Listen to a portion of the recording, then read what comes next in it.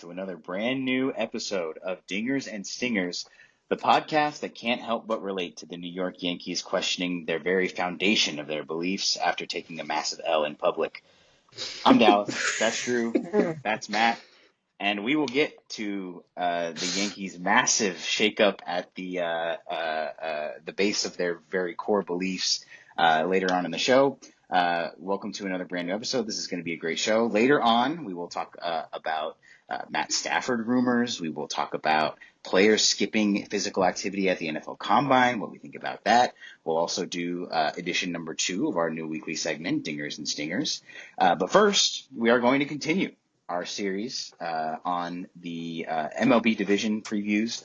We are going to continue today with the NL Central. If you missed last week, go ahead and go back and check that out. We talked about the AL East. That was a really, really fun discussion. Lots of personal investment on this podcast in that division. So, we had a lot of fun talking about that.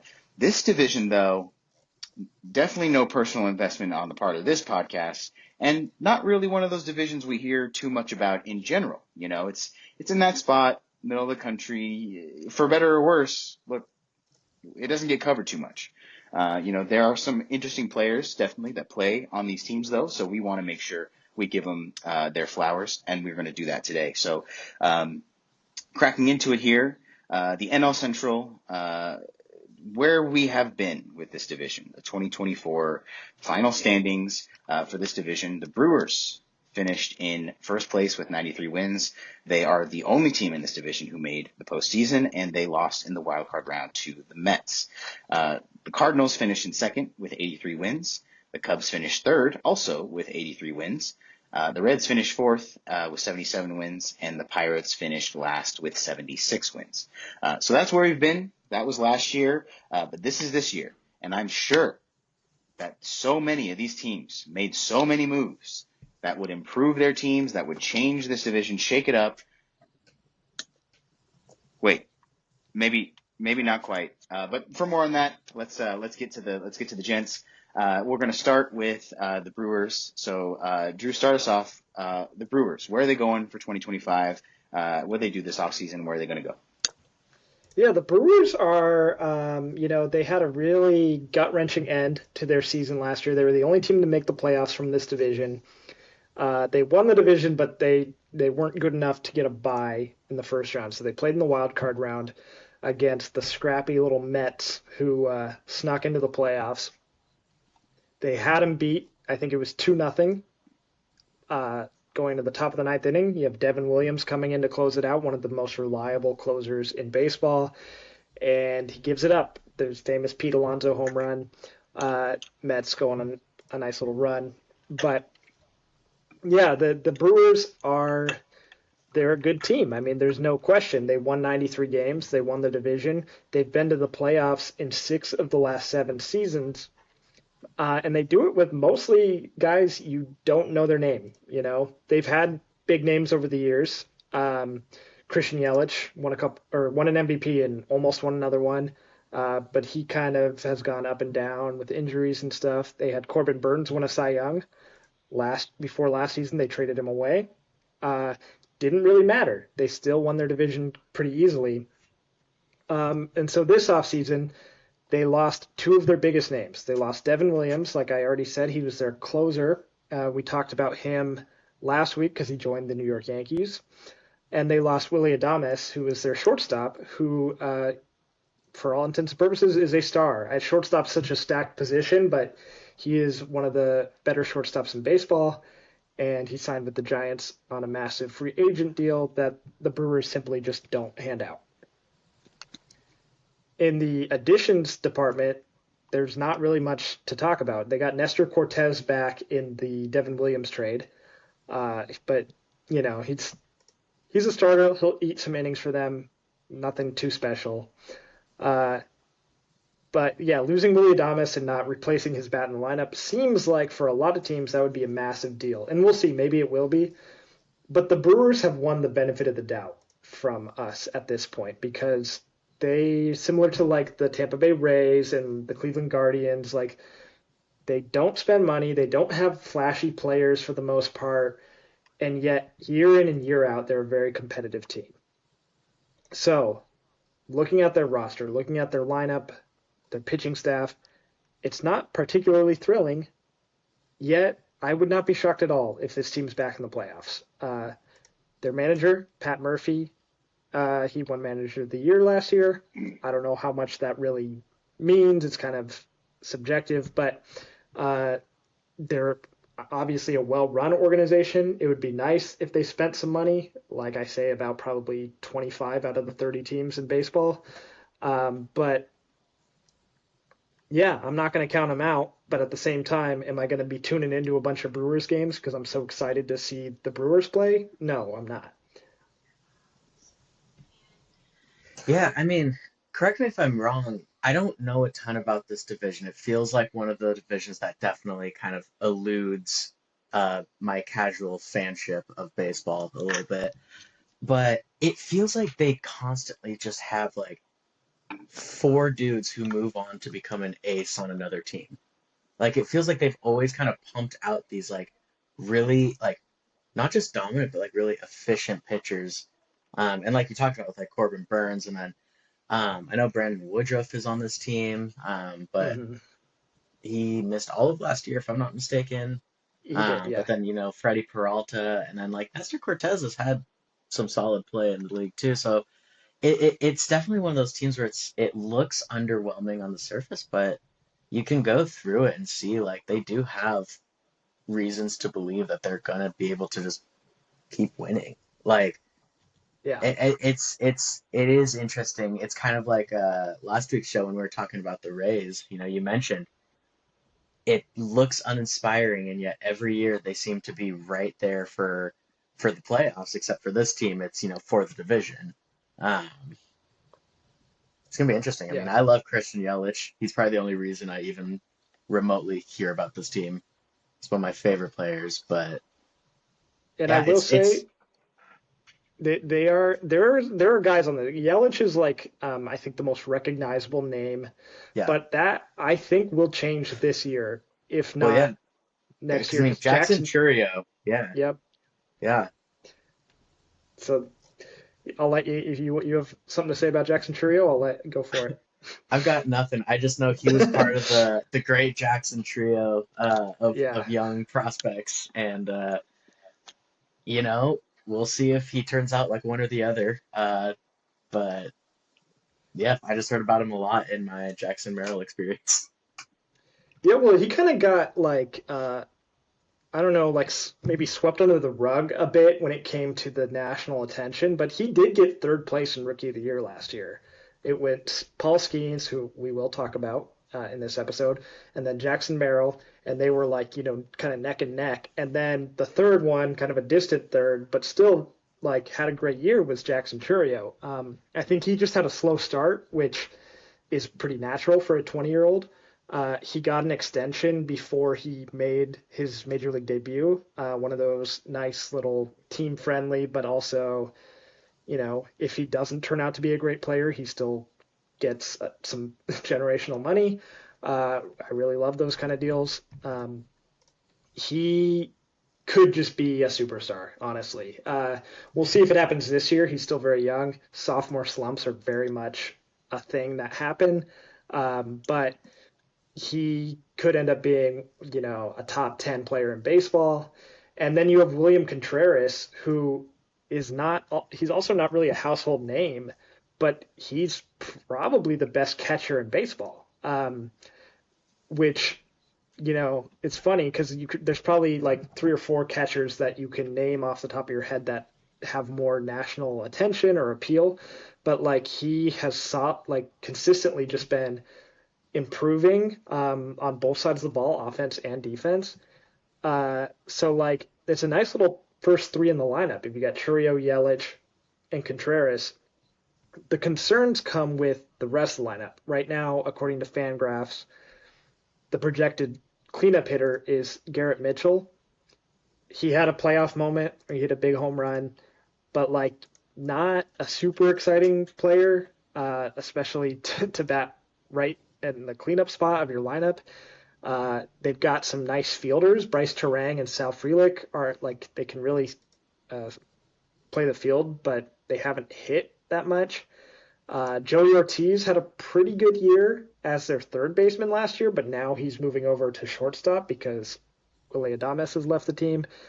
Um, it like it's a team full of solid guys, and it lacks a lot of guys to tune in for. Um, and then, like you mentioned, the pitching staff, Freddie Peralta, you know he's been there, done that, shown it. I think you know he's not maybe quite at the Corbin Burns level, but he's been a perfectly good pitcher. Nestor Cortez, he's the type of guy that I would expect to be good on the Brewers because they're just one of those teams. Yeah. Same with Aaron Savali. Um, and then the real calling card and the real reason they have been so great for most of this time is their bullpen is always one of the best in baseball. And that was no different last year. Like I said, they got rid of Devin Williams, but there's a reason they felt comfortable doing that, and that that is the rest of their bullpen, specifically Trevor McGill. Again, not a name that like probably a ton of people know, but he had a dominant year as a reliever last year. He's going to probably slide in to be their closer now. Yeah, he's the dude he's huge, right? Yeah, Isn't is he he? like insanely huge? Let me look. Let me look him up. I feel like I recognize his name purely from Oh like yeah, yeah, yeah. probably on Twitter seeing like biggest players in the league. 6'8", 255 pounds. Oh Yeah. my God. See, I'm like I'm a pretty big baseball fan, and I'm just like vaguely aware of Trevor McGill. And here he is. I mean, he's 31 years old. He's played in parts of the last 4 seasons, but like, yeah, he just came out last year. Just put it together. Had a 2.72 ERA. Had a one. He had one WAR, which is really good for a reliever. I mean, if you added one entire win to your team just out of the bullpen, that's pretty good. He had 21 saves because Devin Williams missed a good portion of the year. So like, I think they're perfectly comfortable with him being at the back end of that bullpen. But yeah, we'll see what happens, and we'll talk about the other teams in the division and who has the best shot at dethroning the Brewers. But it's interesting because it's like, I feel like a lot of teams in this division, a lot of teams in baseball in general, just they ebb and they flow, and they go through ups and downs. The Brewers are just consistent, and if the division as a whole is bad like it was last year, then they'll win it pretty easily. And if the division is really good, like when it was, the Cubs were winning the World Series and the Pirates were making the playoffs and the Cardinals were always in the playoffs, like then the Brewers kind of sink and they don't, they're not as relevant. Um, so, we'll see what this year has in store, but I wouldn't count them out. Yeah. Yeah, definitely not one of those teams to count out. I'm sure they took a look around the division this offseason and they were like, hey, we kind of feel pretty good where we're at. So we don't feel like we need to spend a bunch of money to compete in this division and still win it. And we'll see how that feeling works out for them. On their way to a repeat division title, let's give some X factors here and what's going to get them there. So Drew, give me your X factor for the Brew Crew. Yeah, my X factor is, I haven't mentioned him yet, but he is probably one of their most recognizable players, and that's Rhys Hoskins. And you would remember him from those. He was on the Phillies when they went to the World Series, and he was a big part of that run. His last year in Philadelphia, he messed up his knee and missed the whole year, and then he signed this 2-year kind of like, it was like a 1 year with an option kind of contract with the Brewers, and he was terrible last year.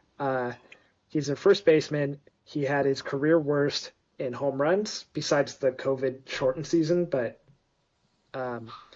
pace wise, it was his career worst.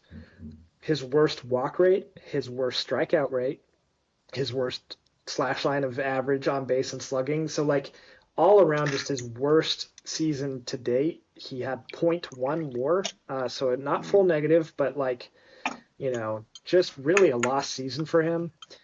And I think they were expecting him to come in and bring some thump to that lineup, and that didn't happen. And they obviously didn't really matter. But now it might because Willie Adames is gone. If he can go back to his Philadelphia production, then I think they could be in good shape. I don't necessarily think he will because that knee injury is scary and he just did not look good last year. Um, but I think if they really want to win a lot of games, they're going to have to score some level of runs, and they're going to need him to produce and be a middle of the bat type of lineup or middle of the lineup type of bat. So that's my X factor for the Brewers this year. Right on, right on. Yes. So what you're saying is the more tweets we get from the Cespedes barbecue account, congrats on the homer, Reese Hoskins, Yeah, right. the better the Brewers will do, right? Okay, so we'll keep an eye out for that. All right, so Matt, how about you? What's the X factor for you for the Brewers? Yeah, I think a huge factor for them is honestly going to be the return of Brandon Woodruff. He hasn't actually seen game action since the 2023 season. So it's been a while, and like they were able to win the division last year even without him. But if you're talking about an X factor, I mean, this dude in his prime was dominant. He was really, really, really good. And so I think when I'm thinking X factor, right, they didn't really like in terms of their starting rotation, nothing's really changed aside from adding Nestor Cortez. Getting Brandon Woodruff back too just means they've added two very capable starters to that rotation. Um, so I think he'd be my choice for the X factor here because I really personally like him. He's always a target of mine in MLB The Show. Just a solid guy. Gets automatic 200 innings in the show. So we'll see if that can happen in real life too. Yeah, I totally agree. I'm not sure when he's coming back because he's still like, From what I'm reading, he's facing live hitters this week. mhm. I don't know if it's probably just in like simulated games. Um, Yeah. but I mean, I mean, they're he's saying the not going to return is this miss. year. Yeah, I know he's coming back this year. I'm just not sure. Um, yeah, I hadn't heard how much. I think, uh, yeah, he should be here for most of the season. It looks like, Yeah, it might take him a while to get back to, barring any setbacks, and he could be on kind of a limited, pitches, yeah. He was a limited guy pitch count. last year because he was a free agent right after he got injured, and so it was kind of like everyone knew he would be signing one of those 2 year deals where the first year is lost and it's about the second year. Yeah, yeah, And I was kind of hoping the Red Sox would target him. He went back to where he was comfortable, and I totally understand that. And he's still pretty young. I mean, he's 32, but for someone who's been around as long as he is, I'm kind of surprised that he's that young. And I think he's definitely got stuff left in the tank. yeah. I mean, last he showed, I mean, 2.28 ERA before he got injured, and before that, 3.05. Year before that, 2.56. Like really not that long ago, and just really dominant numbers. Like if you were to put those ERAs into last year's season, we're talking about probably Cy Young. Like straight up, Yep. like that with that type of ERA, and I mean his K9 is awesome, and so it's just he's really good. So I'm excited to see if he returns to that. And he hit a home run off of Clayton Kershaw in the playoffs once, and that was just absolutely insane. That's awesome. So I I had just no want to idea. shout that out. Yeah, that was Yeah, back in 2018 when he was kind of like an unknown player, but yeah, pretty cool moment. yeah. I just want to say before we move on to the Cardinals, both of you have pretty awesome canines as well. I've met them both. All right. So let's close the book on the Brewers. We'll keep an eye on those players as the season goes on. Keep an eye on them and see what they do for that team. But let's move on to the Cardinals now. St. Louis, one of the only teams that was less active than the Brewers was the Cardinals, and this is something that is just mind-boggling. So we'll go start with Drew again first. What is going on with the Cardinals?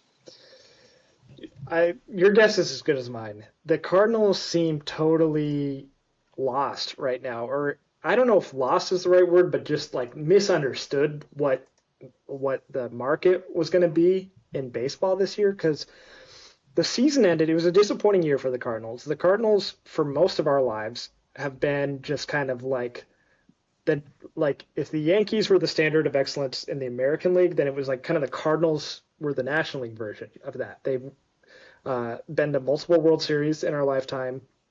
They've had great players come through there that were all like homegrown.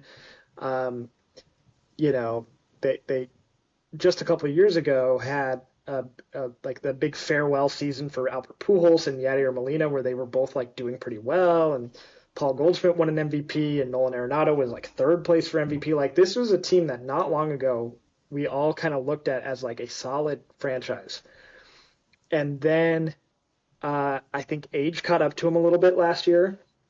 Down years from all those guys, the ones that were not retired.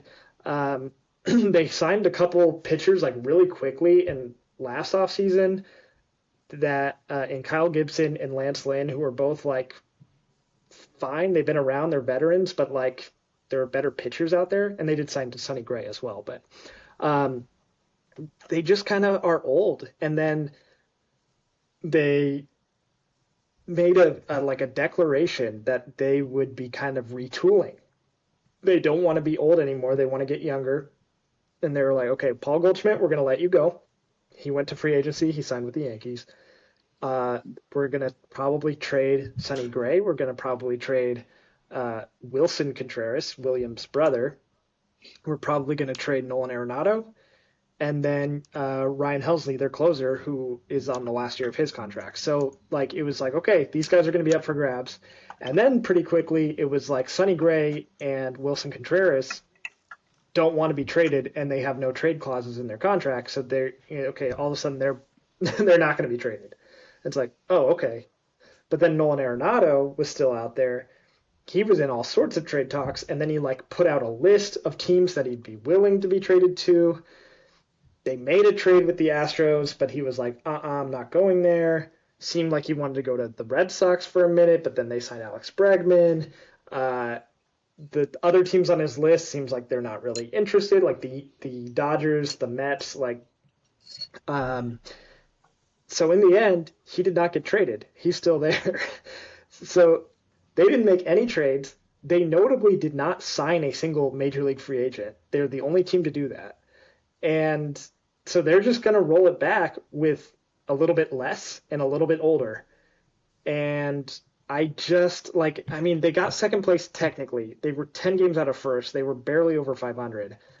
And I just don't see how they could get better this year. And I think they know that. I think they're like, well, maybe these guys, Eric Fetty's another one who they could trade. They're like, maybe they're hoping like the team is bad enough and these guys will do well enough that they're going to be like, yeah, maybe I want to play for a good team and they can make some trades at the deadline. I don't know. It's kind of crazy, and they've got this succession plan for their front office where they've got Chaim Bloom in there as kind of the second in command, and John Mozeliak. Um, yeah, Mozeliak. That's how you say it. But he's in charge right now. He said it's his last year, and Chaim Bloom's going to be taking over. Chaim Bloom is really good at the like prospect development and the draft and all that kind of stuff. So hopefully, they were hoping to kick off this rebuild on a good start, on a good foot. Doesn't really seem to happen. That being said,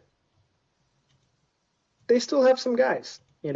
They've got Brendan Donovan, who's like this super utility guy who's pretty good. I mean, Sonny Gray is a good pitcher. Eric Fetty is a totally solid pitcher. Ryan Helsley is a really good closer. Ivan Herrera is this new catcher they have, and the reason Wilson Contreras is now playing first base. He looks like he's a good catcher, but like in the end, it was such a head scratcher. Oh, and Mason Wynn at shortstop, he had a pretty good year. It gets totally overshadowed by all the other great young shortstops in baseball right now. But it's just like, I just don't see it happening. It just hasn't worked for a couple of years now. And when has doing nothing ever worked for a team? So I just am not happy about it. Yeah, no, dude, I totally agree. I mean, really, that last thing you said hits the nail on the head. Like, I don't think stagnant teams ever get better. You can see improvement marginally, but if you weren't a championship caliber team before and you didn't do anything, you're not going to be a championship caliber team now. Um, and sure, you can talk about the development of prospects, Mason Wynn having more time, and Jordan Walker. We'll see if he gets a full-time spot on the roster too, and he was a pretty high-end prospect for them. But it's like it would take some crazy positive regression from a lot of people for the needle to be moved at all for this team. Um, because yeah, I mean, they were highly active, all of it negative. Like truly, every single thing is just subtraction from the team, and even them openly wanting to shop these players. We talked about it with Toronto. Like, if you don't build a culture that says we want to be winning, and if you don't build a culture that says we want you here, do we think we're going to get the best of Sonny Gray or Nolan or any of these guys who were on the trade block? I really honestly kind of doubt it, especially for like they're older, Maybe they Yeah. want to go chase a ring. Maybe they do. But also some people are just a-okay just getting their bag, sitting back and playing one of the most relaxing sports in all of America. Like, there's not a lot of athlete jobs you could say are more cushy than pitching every 5 to 6 days, taking in a bag and just calling it. So I don't know. It's interesting to see a team truly just sit on their hands more. Like, not a single addition is actually, I don't think, like, I don't even know if I'm registering how wild that is. Like, that's a wild thing to do. It just Yeah. feels like you're already throwing in the towel on a season. And like, I'm all about locker room. I'm all about what are you saying to the fans? What are you saying to your players? And it's just like, what are you saying to your fans and your players when you're just like, oh yeah, remember last year when we were really, really supremely average? Like, we lost some of our guys, and we're just gonna do that again. Yeah. And I mean, it's like, it's not only, it's one thing to be like, okay, we're not trying this year, but the plan is to be good in the future. And that happens, and it's not the most fun, but like at least there's like some kind of vision and you're working Yeah, towards something. there's a reason That just rebuilds are so common. that just is not what's happening here. Or maybe they wanted it to happen, but it just derailed so bad. I don't like, you know, okay, Sonny Gray doesn't want to get traded. Maybe he's like, his family's settled. That's where he likes to be. Fine. Wilson Contreras,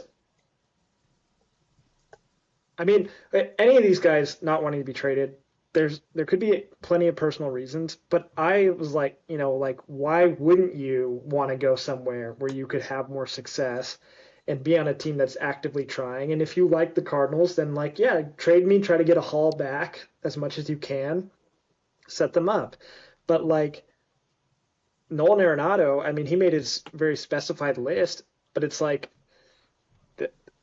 okay, like the he wasn't really that good last year. He was an awesome defender, maybe one of the, I mean, not even maybe. He's definitely like a top 3 defensive third baseman of all time. He still got it on that side of the ball. He had a bad year hitting, a very average year, which when we come to expect MVP kind of seasons from him, Yeah, it's not good. Um, and he, narrowed the list down, and then it kind of just seemed like, the Cardinals were wanting more than what teams were willing to give for him. And so they ended up not trading him. And it's like, okay, at a certain point, like you got to know what your player's value is.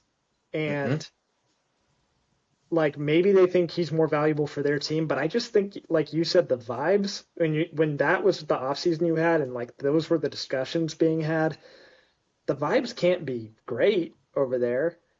And then you add that to a roster that's pretty middling anyway. hmm Like I just don't expect much success for this team, and I I don't know. And that was kind of, like if there was a complaint about Chaim Bloom when he was with the Red Sox, it was that he was kind of scared to pull the trigger on big trades. He was kind of like he's like, oh, but I like my guys, like Yeah, I and so maybe that's the case here. I just don't know. yeah, and with that kind of history and knowledge behind it too, it's like it's interesting to think about. Were there other offers on the table for some of their guys? Because obviously, publicly, we see Nolan rejecting and using his trade clause to reject the Houston trade, but we don't know what other trades were on the table, what kind of prospects or other players were being offered to be thrown Mhm. around. But it's just like, I mean, to me, it's just very like it's very damning of the front office and of a general manager because either you didn't tell the truth and you said we're going to be a rebuild and then you didn't want to, and now the vibes are shot, or you wanted to rebuild and had absolutely misplaced judgment on where your players were going to be valued to the rest of the league. And Mhm. both of those are not good, right? Like both Yeah. of those are pretty not good. So it's I don't know, man. It's just weird. Like it's crazy just again to watch a team do nothing. Like you could have gotten players back. I have the hardest time imagining Wilson Contreras is a solid catcher. Teams love getting catchers. Nolan Arenado Mhm. had a down year and would still be just an average third baseman while also giving some of the best defense on that side. Um, like there's guys you could have moved, and even if for a little bit less, could have moved. Nolan listed a bunch of like the West Coast teams. You could have gotten them somewhere, right? Mhm. Like you could have gotten them somewhere. So Yeah. it's crazy to me. I still kind of like blows my mind a little bit. In a boring Yep. division, they were the most boring somehow. Mhm. We may look at these these this year's Cardinals as the rebuild that never was, the rebuild that never started. But as far as the season is concerned, they're gonna finish winning some games. You would have to imagine. So who is going to play the biggest part in winning some of those games for them? Let's talk X factors for the Cardinals. Drew, kick us off.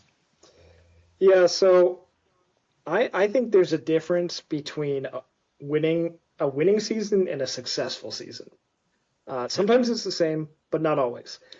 I think for the Cardinals, a really good winning season is kind of off the table. Like they're not.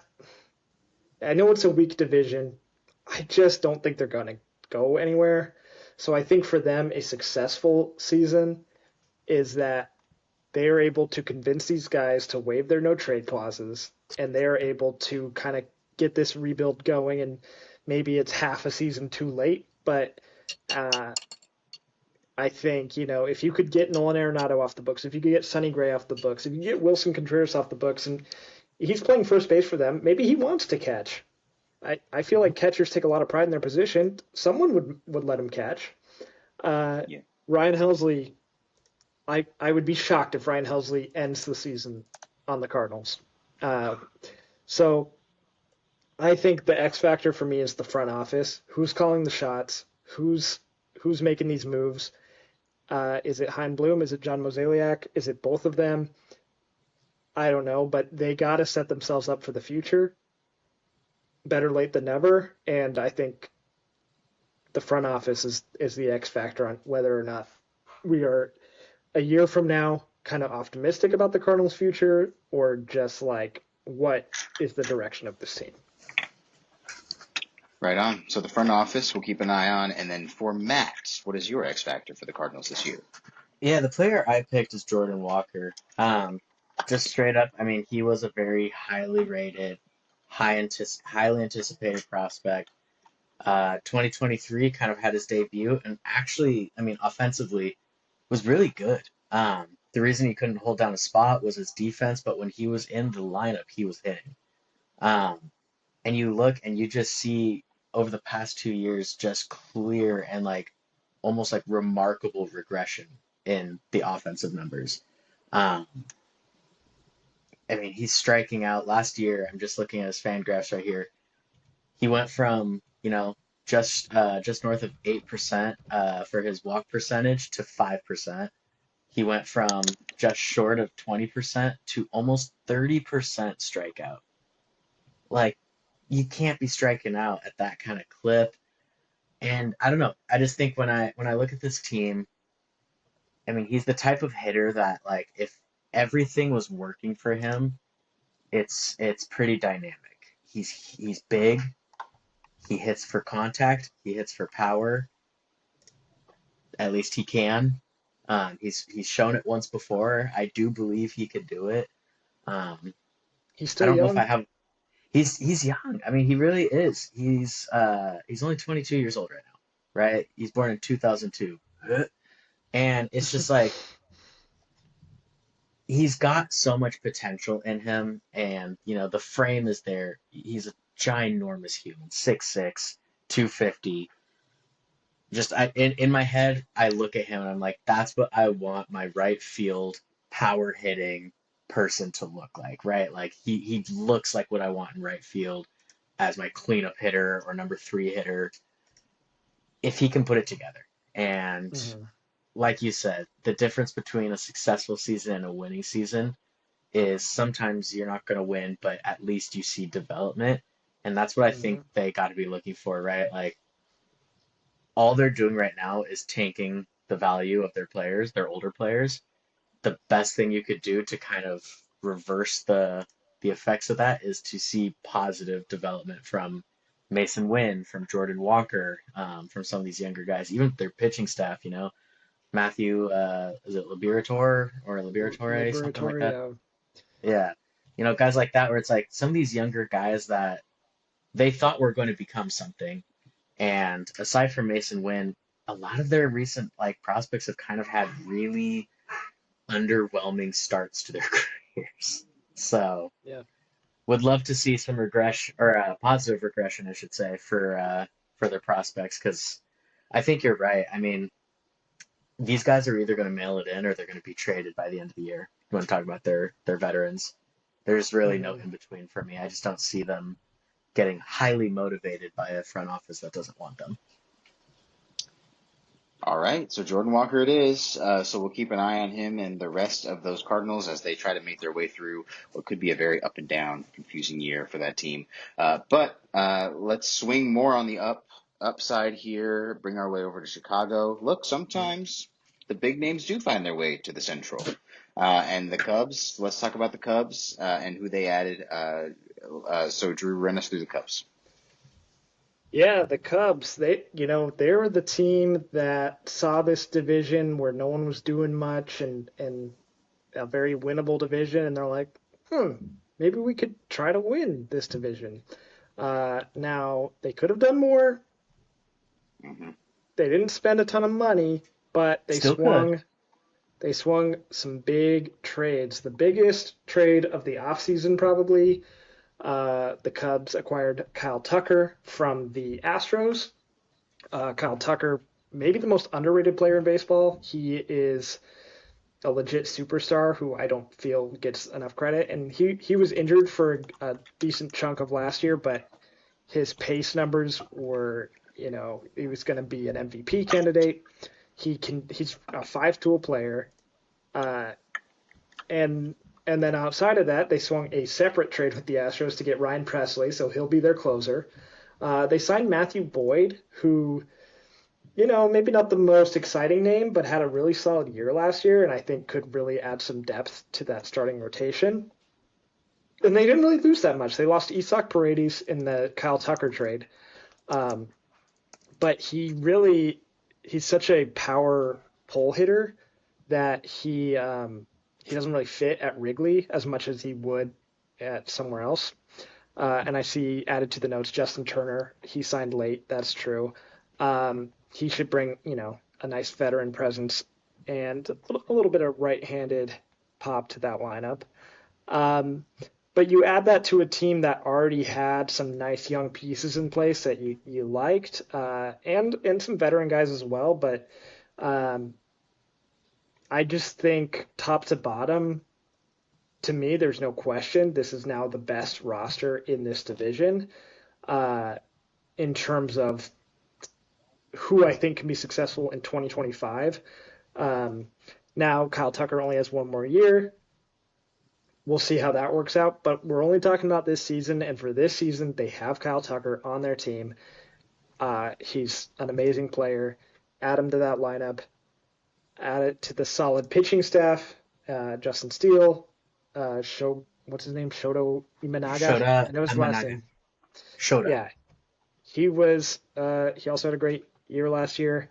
Um, so I like the Cubs. They have Craig Counsell as their manager. They kind of swiped him from the Brewers. Mhm. I think he's one of the better managers in baseball. So I like it. I like what the Cubs did. Yeah, no, fully riding off that, I do believe they also made the most improvement in this division by far.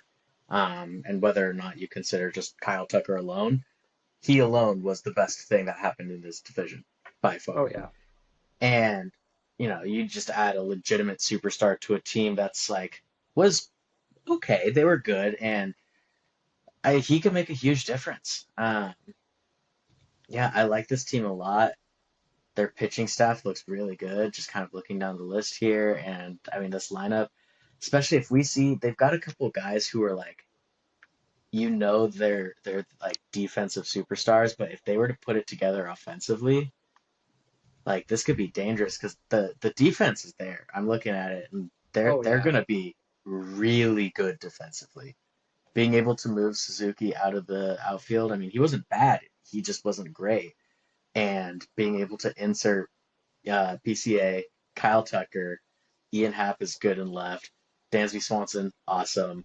Nico Horner's good. Michael Bush seems like a good young player. Like this defense is really good, and they're backing up what is a really solid rotation as well. So it's gonna be fun. I'm excited to see Chicago. I feel like sports are good when Chicago sports are at least not bad. Yeah. And I have like a little, the Cubs have a little special place in my heart because I feel like they're kind of intertwined with the Red Sox for better or for worse because they were both like the cursed teams. They have the two like by far the oldest stadiums. Uh, that Theo Epstein ran the Red Sox, broke the curse, then moved to the Cubs, broke the curse there. So like I really do I root for the Cubs a lot. Mm-hmm. And yeah, I think you nailed it. They probably have the best defense in baseball, especially the outfield defense. I mean, we could easily see a sweep of the Gold Gloves in the outfield Yeah. for the National League. Um, this is the exact type of roster that I really get excited to see because it's a good combination. You have the high end superstars. You have Kyle Mm-hmm. Tucker. Well, I guess he's like the one superstar. Dansby Swanson used to be maybe up there, but then you just have solid veterans. You have Justin Turner, veteran. Dansby is a veteran at this point. Ian Happ has been around. And Seiya Suzuki is a great bat Mm-hmm. in the DH spot.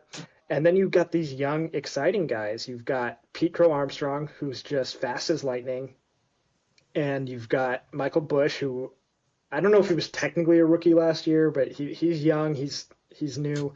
Uh, and he's got that first base position locked down. And then because they didn't sign Alex Bregman, they were in the running for Alex Bregman.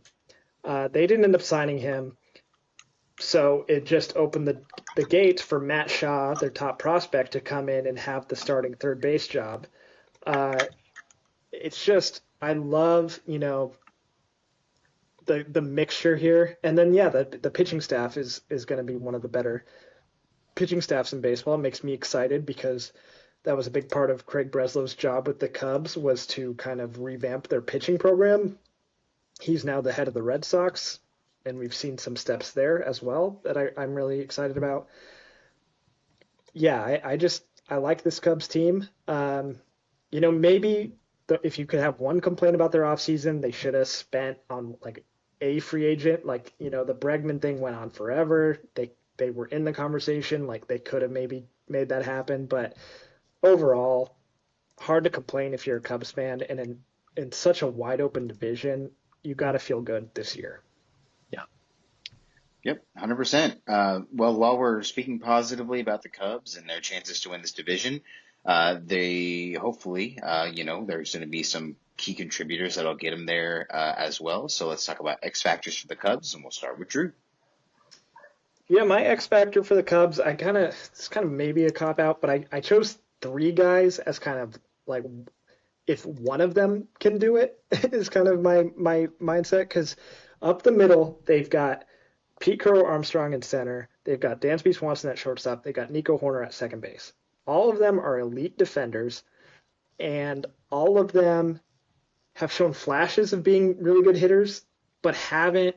Well, Dansby did, but like not for a couple of years. But the other guys like haven't really put together like that really good offensive season. And I think if even just one of them can, then this lineup goes from good to like one of the best in baseball. And so my X factor is one of these like slick fielders up the middle to just become a hitter for a year and see what happens to the lineup then. All right. All right. So we'll keep an eye up the middle for the Cubs. And Matt, what is your X factor for this team this year? Yeah, my X factor also kind of made me feel like a cop out, but for me it was PCA putting it together offensively. Like we know what he is on defense. We know he has a speed that when he's on the base paths, he's going to be dangerous, but he just needs to get that average up. Like he needs to get on base to be dangerous.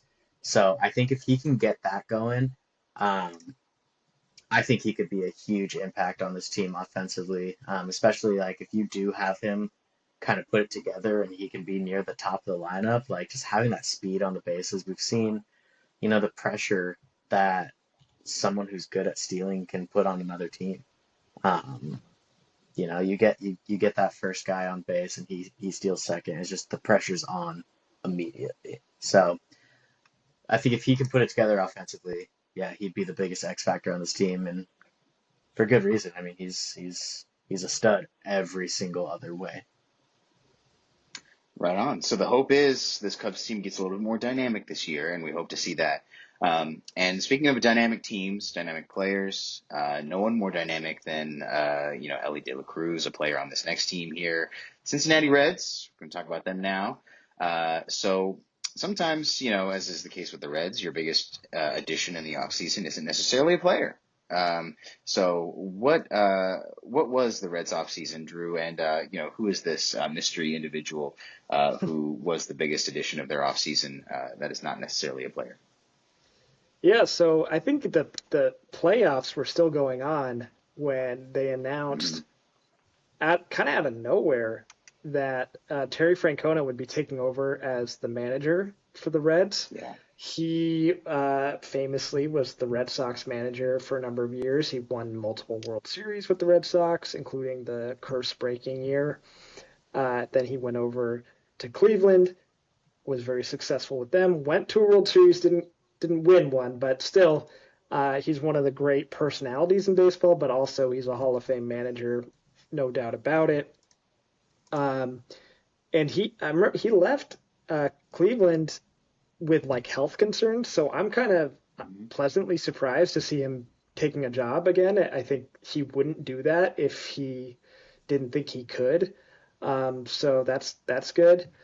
And I think he's the perfect fit for this Reds roster, which is one of the most exciting young rosters in baseball. So you already mentioned Ellie De La Cruz. He's, obviously their most electric player. He's one of three guys on the cover of MLB The Show this year, rightfully so. I mean, he just had an amazing year. How many bases did he steal last year? It was a lot. Let me see. He stole 67 bases last year, uh, and hit 25 home runs. So like that's just that's kind of freak behavior. We'll see, and that's him with like not necessarily his best season, like because he's still Hmm.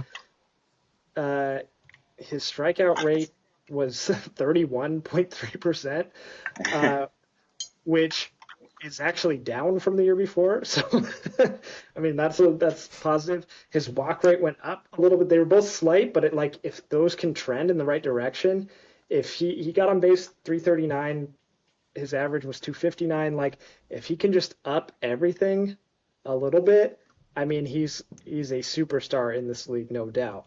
But he's not the only guy that I'm excited about on this team. You have Matt McLean coming back from injury. Uh, you've got Spencer Steer over at first base.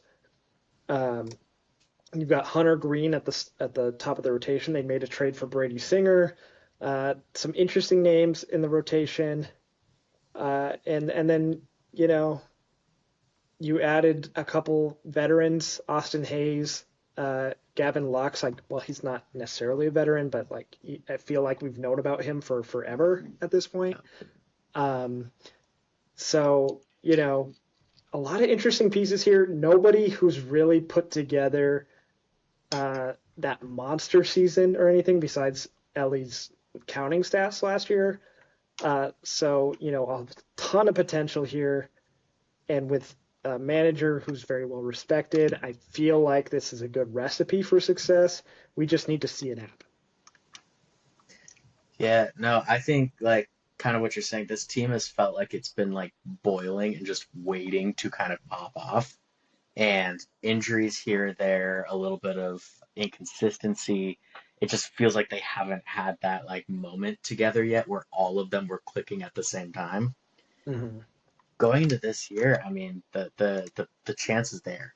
And they're healthy to my knowledge, and they're all here and ready to go. And it's crazy because that's just talking about their offense. I'm really excited about their pitching. Like I really am excited about their pitching. Hunter Green, Brady Singer coming over from Kansas City, Andrew Abbott, Tight Pants Martinez, and Nick Lodolo. Like that's a good rotation, and they're young. Like the old guy is Nick Martinez, Mm-hmm. and he doesn't have a ton of time in the actual MLB. You know, he's in terms of innings pitched, he's still relatively fresh, and it's just like they've got a lot of just like young, fun, exciting players. So I love it. I love this team. And like you said, getting a nice veteran coach to come in and kind of be the counterbalance to what is a young and exciting team. Hopefully he can put them on the right track and have them kind of going together. I would love to see this be kind of that wild card surprise team that just comes out and has a crazy year. I think that'd be so Mm-hmm. fun. Yeah, All right. and I think it's absolutely possible for them as Yeah, well. yeah, 100%, 100%. Yeah, so let's talk about what would make that kind of a run possible, and talk about X factors for these Reds. So, Drew, give me your X factor for the Cincinnati Reds. My X factor for the Reds this year is it's another like it's not a player, but it's just growth in general because they're so young, and it's just hard. Like we just don't see teams very often where like everyone's young and no one has like a ton of experience, especially in the playoffs, especially in big games, and put it all together and make a big run. So I think this year is a great year to like for the Reds to see like, okay, do we have something here?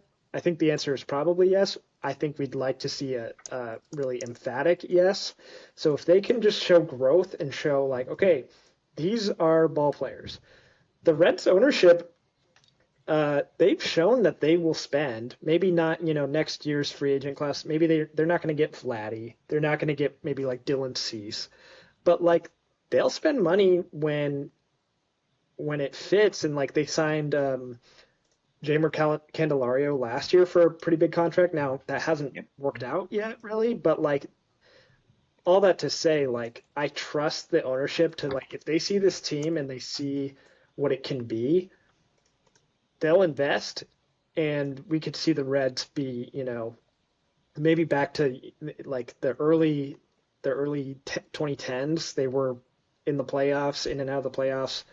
Um, I'd love to see, you know, maybe they're in it at the trade deadline and they make a move for like just like a veteran guy. I feel like Justin Turner, maybe his bat didn't fit this roster super well, but like he's the exact type of guy that like I could see really helping this roster.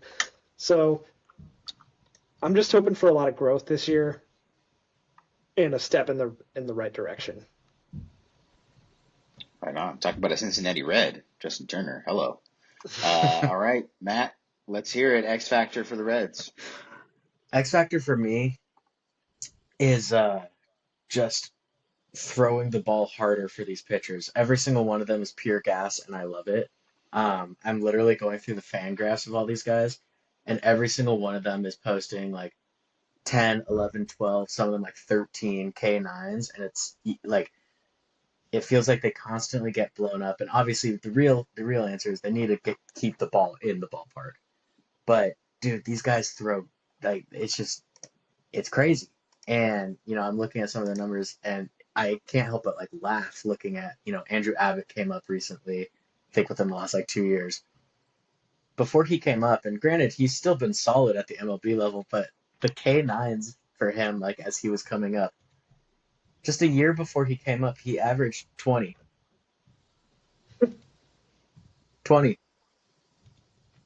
strikeouts a game. Yeah.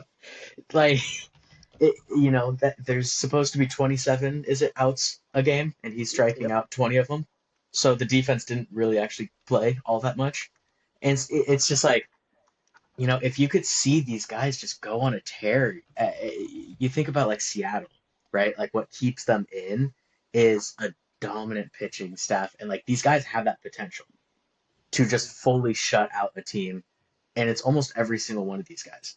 And you pair that with like the super young and exciting offense, but some of these guys have questions on defense. I think that would be fair to say. And if they don't even have to play defense, it don't matter. Yeah, the bummer is this is nobody's fault, just the way it is. Like you It's mentioned a the it's a Mariners. hitter's park, right? Yeah, the Yeah. Mariners Park is like far and away the best pitcher's park.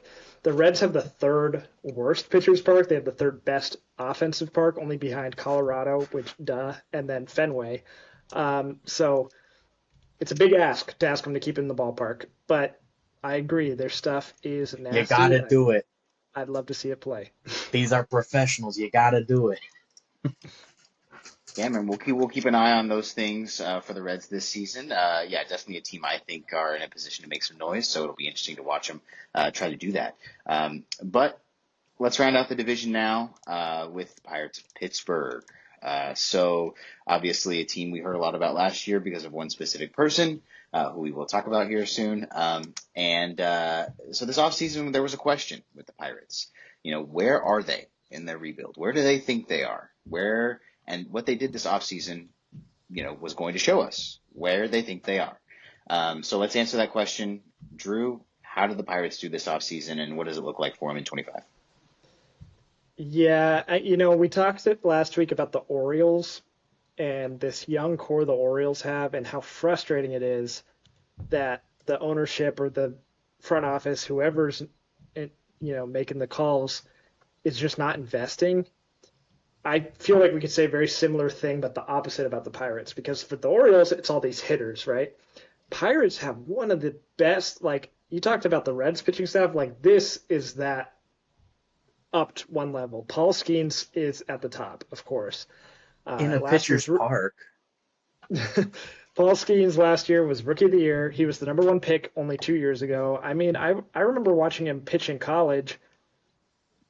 Yeah, like it was less than 2 years ago, and here he is, Rookie of the Year, third place in Cy Young voting. He just had an amazing year. I expect that to continue. ERA under 2, 170 strikeouts and only 133 innings. He's got filthy, filthy stuff. But you also have Jared Jones, who has a lot of nastiness. He's only a year older than Paul Skeens. You have Mitch Keller, who they signed him to a nice little extension. Who, wow, I'm looking at this now. He is literally 1 day older than me. Fun fact, I guess. Nice. And they it's just that top three, and then they've got Bubba Starling is like their top pitching prospect, who should, I think, come up at some point this year. But they just don't have bats. I mean, they've got O'Neal Cruz, who is exciting, but has yet to really show that he can be a consistent major league hitter. They've got Brian Reynolds, who had a couple really good years a couple years ago and has been kind of just like above average for the last couple years. And then, you've got Andrew McCutcheon, who's there as kind of like, the veteran guy who's just going to sign a million 1-year deals with the Pirates until the end of eternity. Um, but like they're rolling into the season with Isaiah Kiner-Falefa starting shortstop. Like that's just and Adam Frazier starting second base maybe. Well, maybe Nick Gonzalez probably, but still like just kind of unacceptable that this lineup is the way that it looks. And like, you got Henry Davis, who they picked number one in 2021, number one overall, and he just hasn't put it together. And now he's been kind of replaced by Joey Bart. I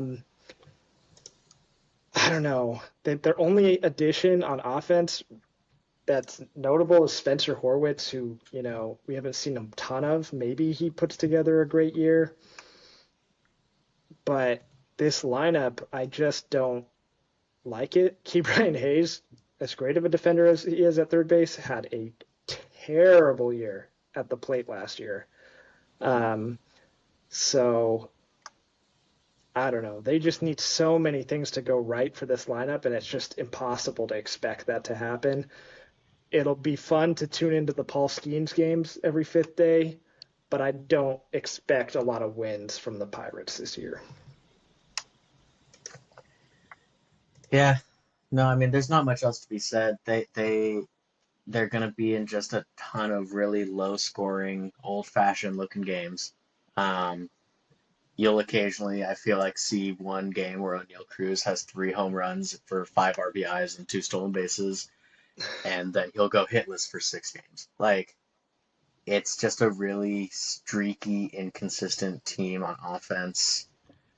I mean, the thing I'm looking at has Tommy Pham listed in left field. I don't know if that's like projected opening day, but that's, Yep. in the year 2025, that is a bummer. Um, yeah, it sucks. Like to see young talent not be wasted. I mean, talent's never necessarily wasted, but it's also just like you want to see teams that have the foundation to be a fun team. You want to see them do it. And it just does kind of suck that we don't see, I guess maybe the word is like the urgency that you would want them to have when they have so many of these players under control right now. Mm-hmm. Because it's not going to be that long before some of these guys are making a lot of money. Um, Yeah. and are they going to be willing to pay it? We'll find out. Historically, feel like it's very few teams are willing to shell out big bucks for, you know, the best player. And you're going to be fighting against Paul Skeens' desire to come back to Southern California and begin the prophecy that ends the world. But yeah, I don't know. It's just it's another just boring. This division sucks, dude. Yeah. Like, I Yeah, don't and love it's it. just like I'm already like, and this is such a bummer, and I can't imagine being a Pirates fan because it's like Right. I'm already imagining kind of like what you alluded to, like is Paul Skeens going to be a Dodger or is he going to be a Yankee? Like Hmm. what cap is he going to wear in his Hall of Fame on his Hall of Fame Because it's plaque? probably not Pirates. Right, because he's going to command such a large contract, at this pace that he's at, and the Pirates just simply aren't going to do it. And that's there's a lot of discussion about like whether they can do it or if like only the big teams can do it or whatnot. I don't know who to blame, but it's just a bummer. And like you said, this window could be short. If they don't pay for these guys, then the window will be short. And you never know who's going to be healthy, especially pitchers. So like I think they should have gone all in. Uh, they never really have in the past. So I don't expect it from them, but it's just, to the ire of every MLB fan, it's like I'd love to see Paul Skeens start game one of a playoff series, but Yeah. I just don't think that's going to happen anytime soon. Yeah. And for context, the Pirates owner is worth about $1 billion. So I mean, really, he could give that all to Paul to Skeens, right? Like Yeah. that's about what Yeah, I'm imagining it's going to cost in 5 years. Uh-huh. yeah. And look, I'll just say this to Pirates fans as someone who recently had the experience of, the last two seasons of a superstar, knowing that this was it. If it comes down to it, just have fun with them while you can. Go to the games, watch them do it. That's all I can say. But let's end on a positive note for the Pirates. Again, much like we talked about the Cardinals, they'll win some games, and people are going to play a part in that. So let's talk X factors for the Pirates as we round out our discussion of this division. Drew, what is your X factor for the Buccos? Yeah, the X factor for them, I had a hard time with this because it's like I don't know, they all need to hit, but I chose Spencer Horwitz because he's their addition. He was like, you know, by default their biggest offseason acquisition. So he was touted as a prospect.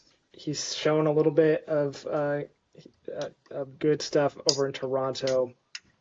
He was in two different trades this offseason to make it to Pittsburgh, but if he could be, a power bat, a bat that they can kind of anchor, because Brian Reynolds, he's no slouch. O'Neill Cruz, he he could put it together. I could see some of these guys doing enough, but if he could come out and be a really good bat for them, and then they have you know something of a lineup, then this could be a little sneaky team. But I don't know. But I don't know. That's I guess my Yeah, X factor. It was kind of a hard one to choose. yeah. Matt, did you have any easier of a time? What's your X factor? I had the easiest time. Upon the quickest of research, I've realized the X factor is making Paul Skeens the next two-way player. Uh, in 2 years at Air Force, he Yeah, had a 1200 and a 1100 OPS, um, averaging 410 and 314. He played for power, play for contact, great walking percentage. I mean, the dude was kind of a monster, and I'm like, at this point, yeah, it can't hurt. Get your value while you can, right? Like you got a few years. you You might nailed as it. well put that. You might as well put that guy DHing, batting fourth, and see what happens. Because why not? Why not? You've got the biggest superstar in the sport. Rival maybe only by Shohei, and use it, dude. You got it. Use it.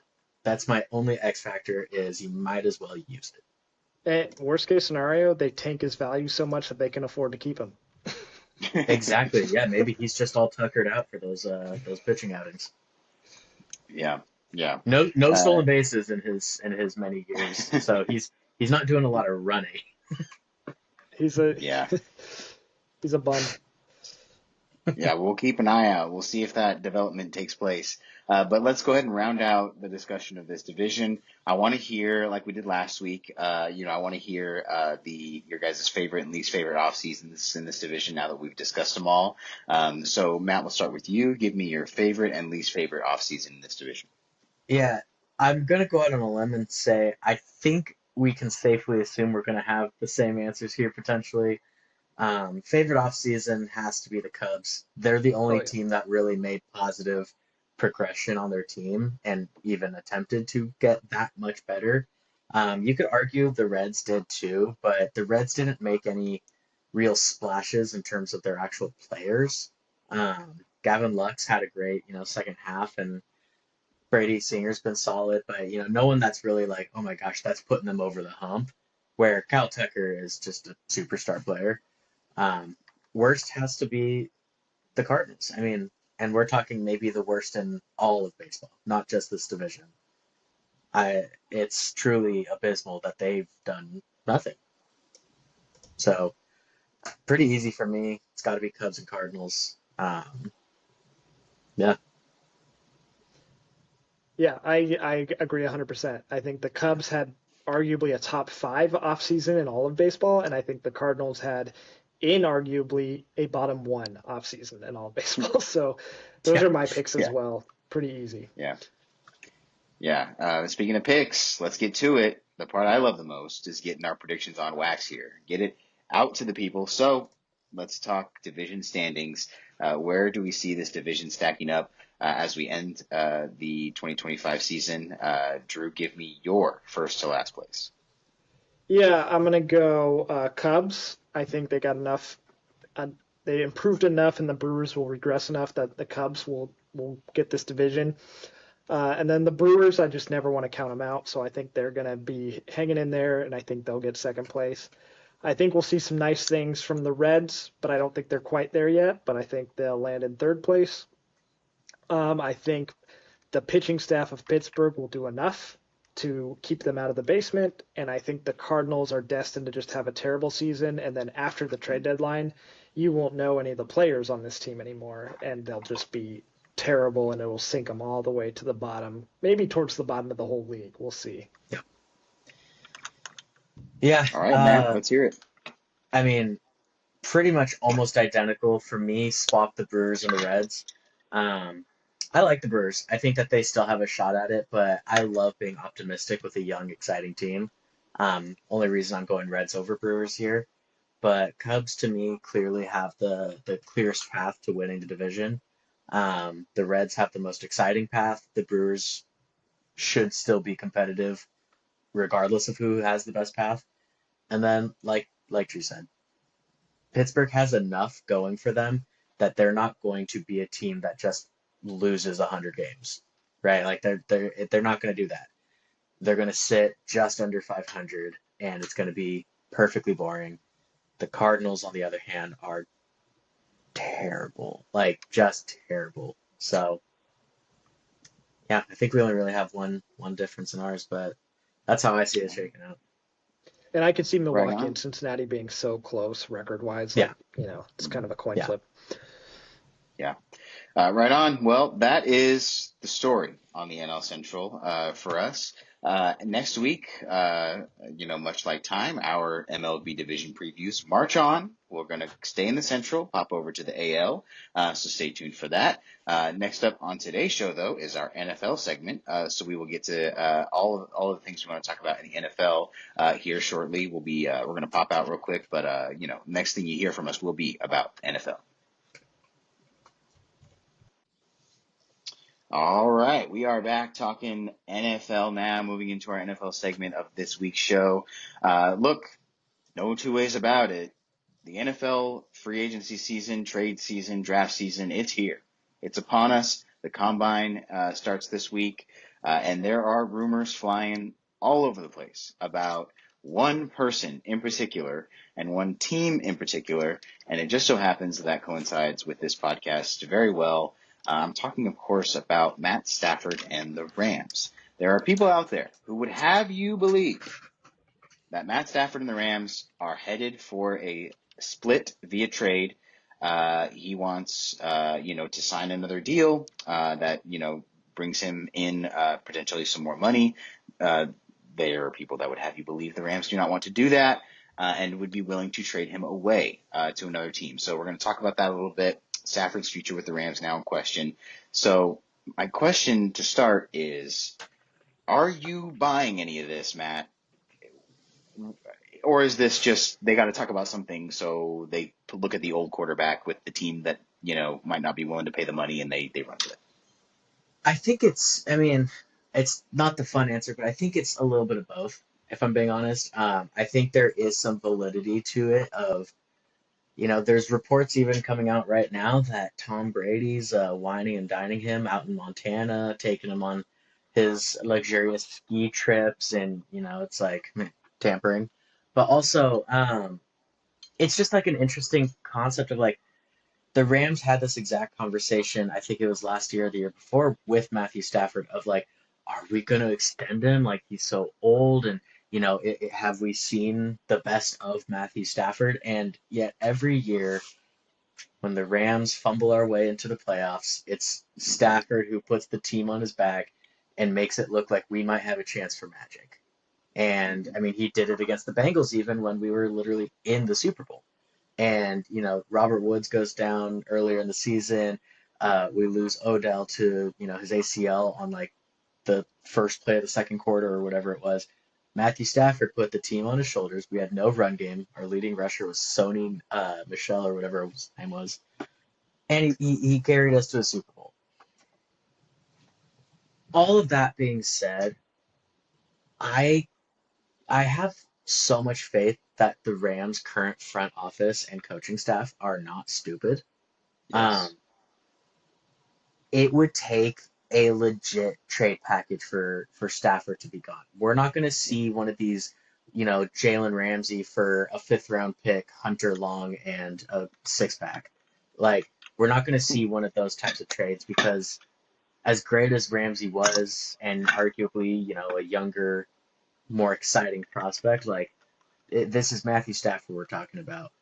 He's not getting moved for anything short of first round picks and high first round picks at that. Um, with that being said, Tom Brady is doing his best to try and lure him to the Raiders, and the Raiders, I believe, have what the sixth or seventh pick in the draft. It's a pretty solid pick. We could be looking at future picks as well if the Rams have pretty much made it known they're not that interested in this year's quarterback class. So if Mm-hmm. we are looking, it's going to be in 26. Um, yeah, I don't know. It's just tough because the whole thing is like it just causes this like drama for the like team as we head into the off season. And I feel like I just dealt with drama for one of my teams in an off season with the Padres, and that caused us to maybe lose out on some people, to not have as exciting of an off season. And so when there's turmoil within the building, it just feels like even if you're still an attractive offer, it just takes you down kind of an edge, like it just takes you down a slot. And I'd love to get this wrapped up. If Stafford's gonna be somewhere else, rip the Band-Aid, dude. Get him, get Cup, get whoever. You either got to rip the Band-Aid or just get these guys under contract and let them retire as Rams next year. Because I don't think Stafford's given it more than another year or two.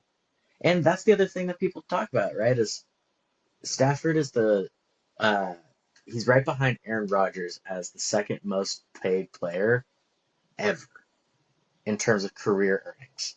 Mm-hmm. It's not like he's like worried about his family's financial future. And and maybe he's wanting to take first place and beat Aaron Rodgers, which he will.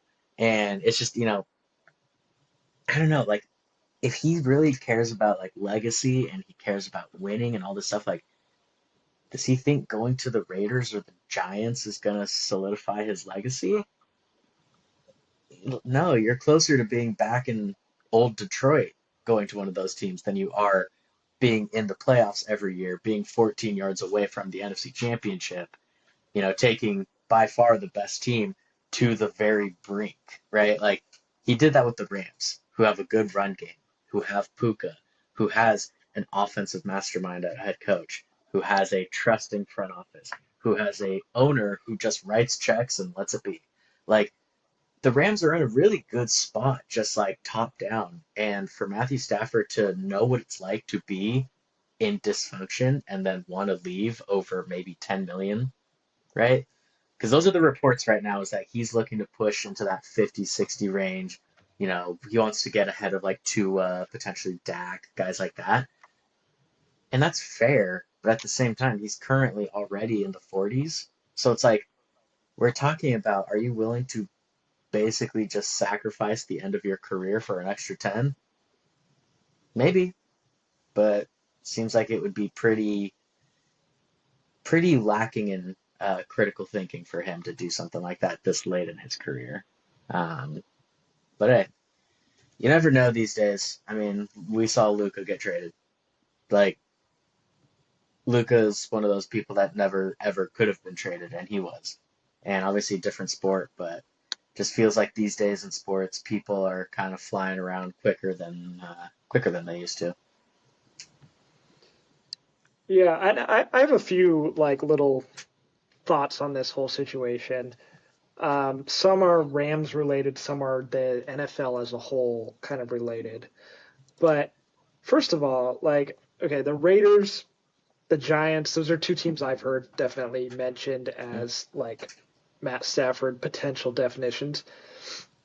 You kind of said this, but I'm just gonna like hammer it in. Like, these teams are not a Matt Stafford away from being No. favorites. They were bad teams last year. Matt Stafford, as good of a quarterback as he is, and I really do think he's good. Like, Mhm. we saw him for like his almost his entire career be on bad teams, and he made the playoffs what, twice with the Lions, and I don't Yeah. think he won a playoff game with No. them if I remember right. No. So like, and he's older now, and like that doesn't always matter for quarterbacks, but that's one thing. Like, I like from these teams' perspectives. I mean, Giants and Raiders. I'm not looking at them like smart smart organizations or anything, but like to me that just doesn't really make sense when you have these really high picks. I don't know, like that doesn't, like, if you're in a rebuild, Matt Stafford is not the guy to then, he's not your stopgap quarterback. He's a quarterback for a team that's close and needs to be put over the edge, which is what the Rams were a few years ago when he got traded there. Hmm. Also, the Rams, like, famously, the whole meme and everything was "fuck them picks," right? Like, Yeah. uh, they don't care about. They didn't have a first round pick for how many straight years? Like, you Six. think, Last year was Sean McVay's first. right? So you think after all this time, all of a sudden they're like, you know what? I know we like won a Super Bowl, and I know we like make the playoffs year in and year out, and like have done a lot of good things, but maybe these other teams are right, and maybe we should care about these picks. Like, it's the same regime, so I don't see why there would be such a philosophical shift there, unless they knew for sure they had their backup plan at quarterback, which I don't know what that would be right now. Yeah. And then my other thoughts are kind of about the NFL as a whole, and this situation is just like an example of it. Uh, like, when you have like the Rams, like you said, they took the Eagles to the brink, and the Eagles ended up Mhm. winning the Super Bowl. The Rams are clearly a good team right now, Yeah. uh, and Matt Stafford's not the only one in trade talks. Cooper Cup Mhm. is like what he was like told he was going to be traded or something. He was So basically told to go find his value. yeah, so like to me, I personally hate this. It happens in all sorts of sports where it's like, you know what? Things are getting a little pricey here. Like, we're not going to be able to sustain this, so let's get some value for it. To me, value is a winning season. Value is hope for a year. Hmm. So, not to bring it to my teams, but Mookie Betts is a great example of this. The Red Sox had him for one more year. They couldn't get a contract extension done, so they traded him. Uh, to me, it's like, okay, even if the return was good, which it wasn't, but even if it was good, is it not more valuable to try to win one more World Series with him? Like, they had a good team. So like Hmm. with the Rams, it's like, okay, yeah, maybe this year goes terribly wrong, and if it does, then you can trade Cooper Cup, then you can trade Matt Stafford, then you can try to get, like, free up cap space and all this and that. But like, you have this team now, and you Yeah. have these young defenders. We talked about them last week. Like, I I would much rather see my team try until there's absolutely no way that it's going to work anymore. Like, the Angels are a good example. It obviously hasn't worked, and we can joke about it or whatever, but like, they tried every year with Mike Trout and Shohei Ohtani, and they still are trying. They never have like given in to do the full rebuild. That's maybe they overstayed a little bit, but like, I admire that more than these teams that are like, ooh, it's a little expensive for me. Like, Yeah. I want to blow it up. I don't like it at all. Um, And then that brings me to my last thing, which is like none of this would be happening if there wasn't a salary cap, which I get it. We're never not going to have a salary cap. Baseball is the only sport that doesn't. But like the Rams ownership group, if there was no cap, they'd be like, yeah, pay Cooper Cup whatever he wants, pay Matt Stafford whatever he wants. Like we're going to keep these guys. And I get where, like the opposite side of it is like, yeah, but if I don't like the Rams, then I can rely on the salary cap to keep them from being as good as that. I don't know. I think it would balance out. Um, it just kind of it hurts me a little bit that it's like, oh, so like we don't get to see this team together anymore because we have a rule about how much a team is allowed to spend. It seems a little.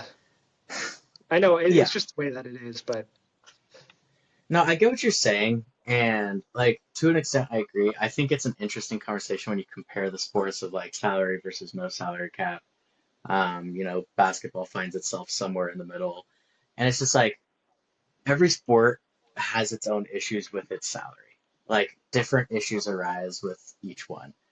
But when it comes to like the NFL thing, like I would be for no salary cap if they guaranteed the same profit sharing that they do, right? Like I think that's a huge issue is they don't determine it based off of market size. They don't determine it based off of any of these things. You could be the worst team in the smallest market and you get paid by the NFL the exact same amount that the Dallas Cowboys will, right? Like I think we're that in the kind of biggest market. helps. Yeah, the biggest market, right? And it's just like because I think that's the excuse that kind of gets brought up with the baseball stuff, right? Is like, and I even used this was like the Dodgers got they make more money from baseball than a lot of other teams do, right? Simply put, they are more profitable of a team than a lot of the other teams. And it's not basically split down the middle for everyone. Like they perform well, so they make more in a big market and that means that they get to spend more to make more to do more, and it just kind of keeps the ball rolling. But like if the NFL got rid of the salary cap, I'd be for it because honestly, I love my players, and there was a time that this NFL didn't have a salary cap. It wasn't all that long ago. A lot of the great dynasties that we talk about didn't have the salary cap. When you talk about the old Cowboys, I could be wrong, but I even think like the 49ers. Like There free was agency wasn't a thing until like 1992 or something like that, wasn't it? Yeah, like there was free agency, but it was never what it is now, where it's like this highly anticipated. It was like fill in the gaps, find some couple guys to plug in, and maybe for a couple years. But it was never this big thing. Like if you wanted to acquire players from other teams, you were trading for them. And it's just not that way anymore. I'm not sure if that fixes the issue. I would love to see all the guys I love stay Rams forever. But under the current rules, under the current regime, I also know the Rams are not afraid to cut ties with someone pretty quickly. Um, and we've seen that with letting guys go, fan favorites, locker room favorites. We did this with Jalen Robert Ramsey. Woods. We did it with Jalen Ramsey. We did it with Todd Gurley. We did it with Brandon Cooks. We did it with Jared Goff. We've done it with every single cornerback or defensive back the Rams have ever had ever. And so it's just this like, kind of circling back to the Stafford situation. It's just like, I'd like to believe that the Rams understand how close they are. I like to believe that the Rams think, give it another year, another good draft, maybe pick up some good free agents, whatever it is, surround Stafford and this defense with a little bit more. And you're talking about a team that can just go toe to toe with the Eagles fighting to get to that Super Bowl. And I'll put us against anybody. Stafford in the fourth quarter, one possession game, I'm taking us. Like it took a lot for the Eagles to beat us. And so I don't know. I think the thing that ultimately makes me upset too is Tom Brady's got to knock it off. He needs to either quit being in the media or fully get out of ownership because it's some bullshit. Like they're doing all this. It's for sure tampering by the actual rules because I'm like he works for Fox. It was a Fox News outlet that first reported all of this stuff about Stafford and the trips and the skiing and all this stuff about Tom Brady trying to do it. And I know it's all leverage, right? It's always leverage. Kelly Stafford, the wife, she gets to go on her podcast and talk about how great all these other cities are that ironically host NFL teams in them. And it's like, I know that's called leverage, and everyone uses it when they have it. But like Tom Brady is literally essentially a part owner, part GM, plus media member. And it's like that's just a conflict of interest. Like it feels slimy to me that we're watching Stafford get, I don't know, like lured away potentially through means of like this. And granted, we've seen people get punished for tampering in the past and they've lost pretty significant punishments. Like it's been pretty significant. I you know, if they finally realize what's going on and they punish the Raiders, maybe they won't have the draft capital to get Stafford from us anyway. It's kind of my hope. Fingers crossed. I'll tell you this, when it comes to, pushing the boundaries of the rules and, you know, trying to find his way to the edges of the system, Tom Brady doesn't really seem the type to me. I don't know. Maybe that's just me. No, he's just a good I'll, old American guy. It would also be very funny if there was any sort of punishment with the Raiders and Pete Carroll decided to leave again. That'd be awesome. I would love to see that. But Pete Carroll, all part right. of a scandal? No, So we'll see what the future a holds for recruiting Stafford. scandal. Yeah, yeah, anything else. But at that point, maybe he's the problem. But we all know the Reggie Bush thing was That's not not real, not real. Ludicrous. All right. Yeah, absolutely. So, look, we'll see where Stafford ends up. We'll see where these rumors end up. Yeah, for me, I believe that this Rams front office is very smart, and I will believe it when I see it. Let's talk about the combine. The combine started this week. And there are a couple of, as we've seen in the last few years, a couple of the big names who know that they're going in the first round, as soon as they can be taken, are not participating in some of the elements of the NFL Combine.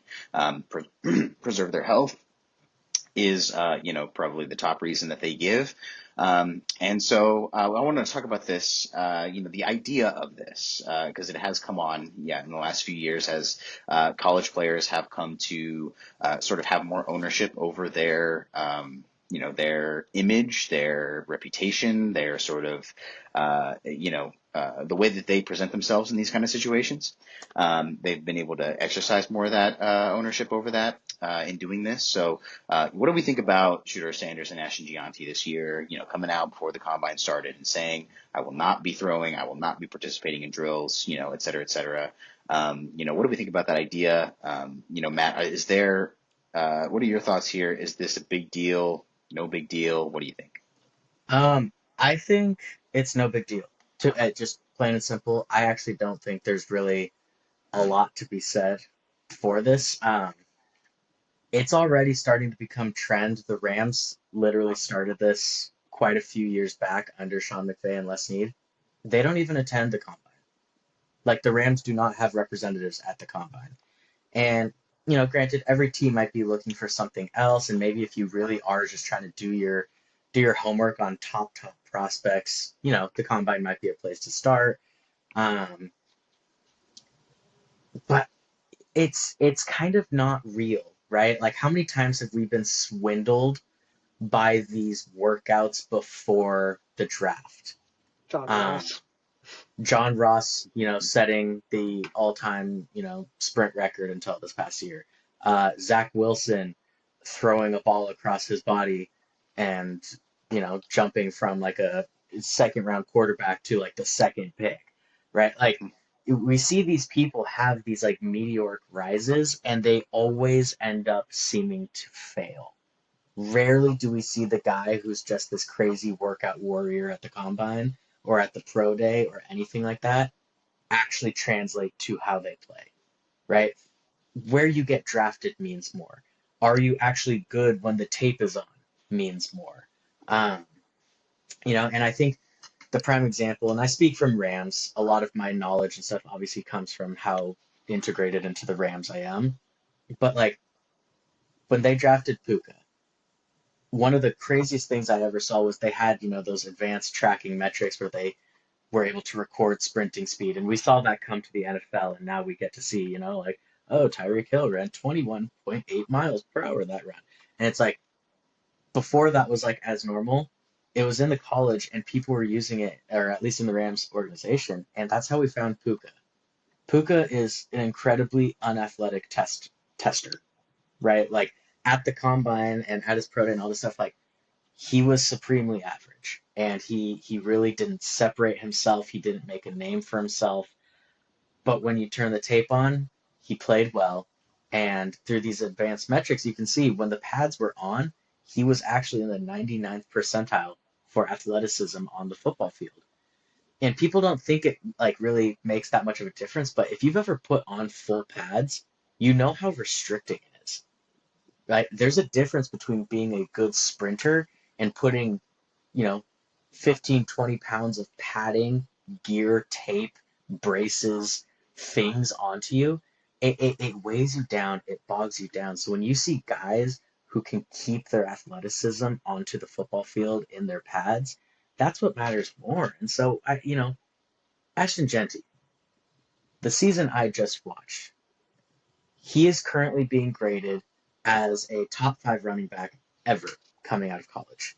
Among the likes of Saquon Barkley, among the likes of, Bijan Robinson, Christian McCaffrey, guys who have received basically like the 99 overall grade. I have zero doubt in my mind that he's going to be good at the NFL level. Whether or not he goes to a team with a good offensive line, a good offensive scheme, that's all going to impact it. But he's going to be a good player at the NFL level. You just have to watch the tape. The colleges, think Oregon, one of the best teams this year, was stacking 8 to 9 men in the box, daring Boise State to try a pass. They couldn't.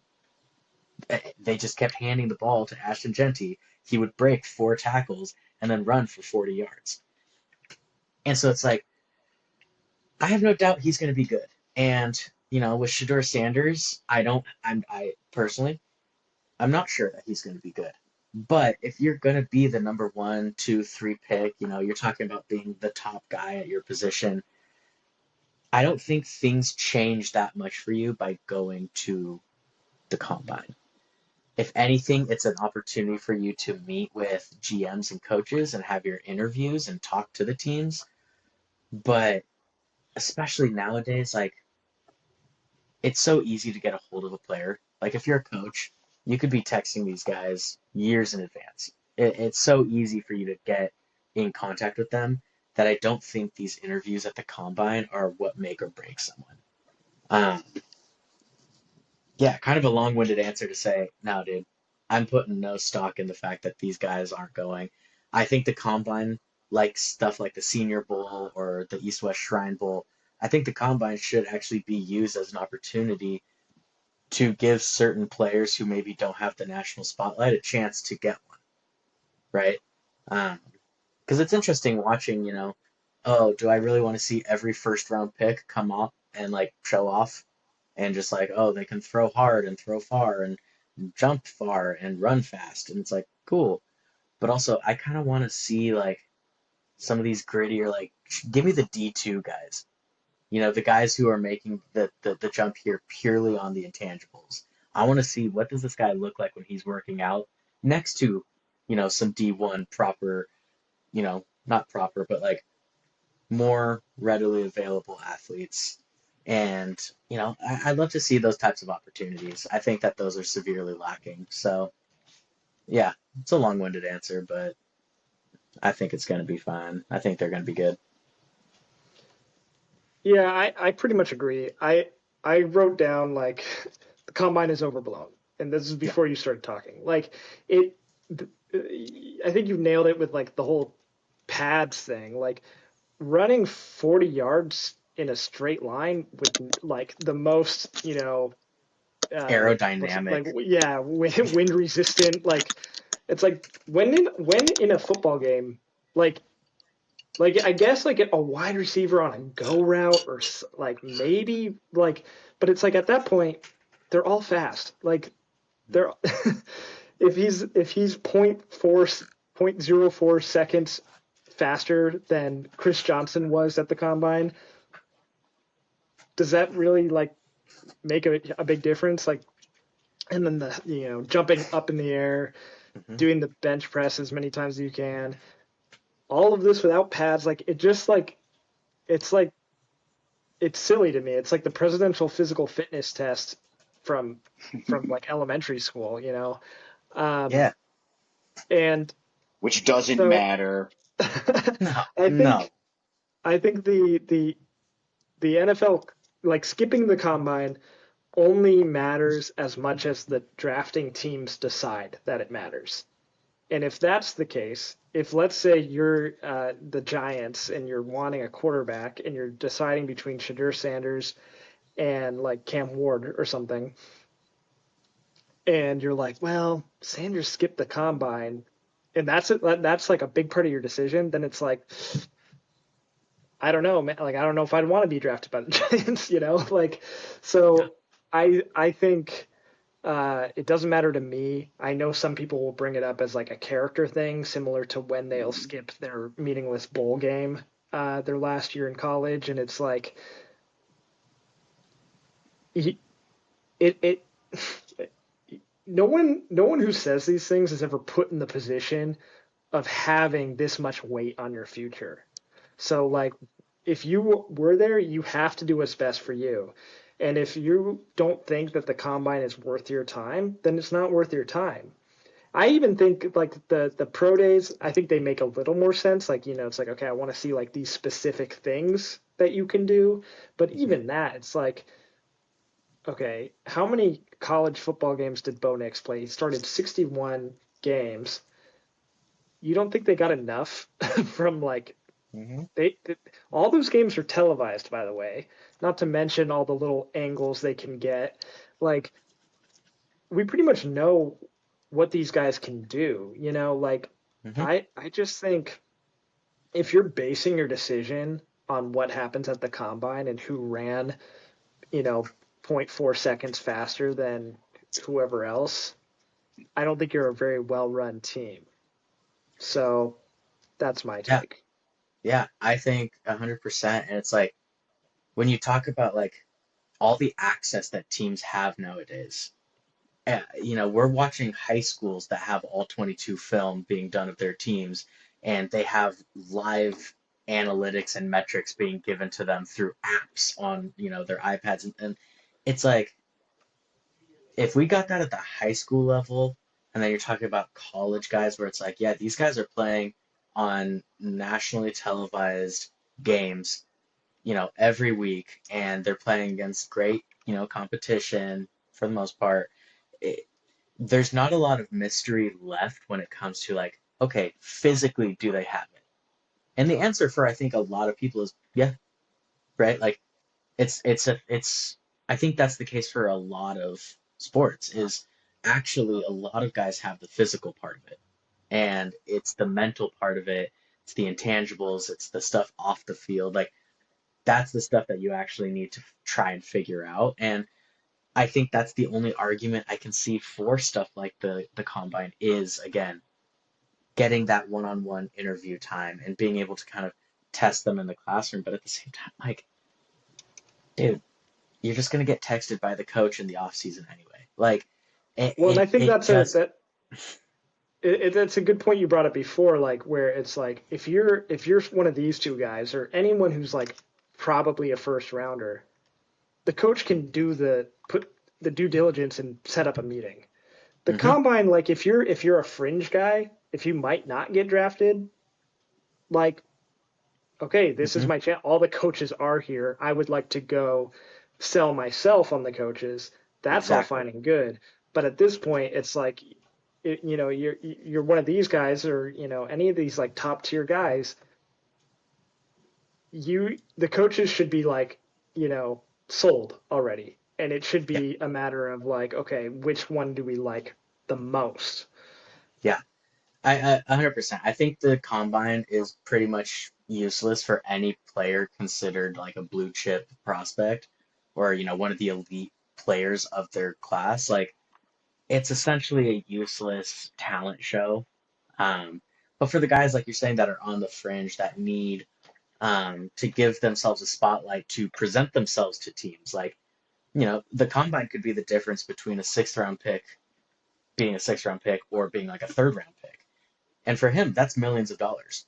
Like that is life changing type of stuff. And We're being like an undrafted free agent versus never getting to play football again.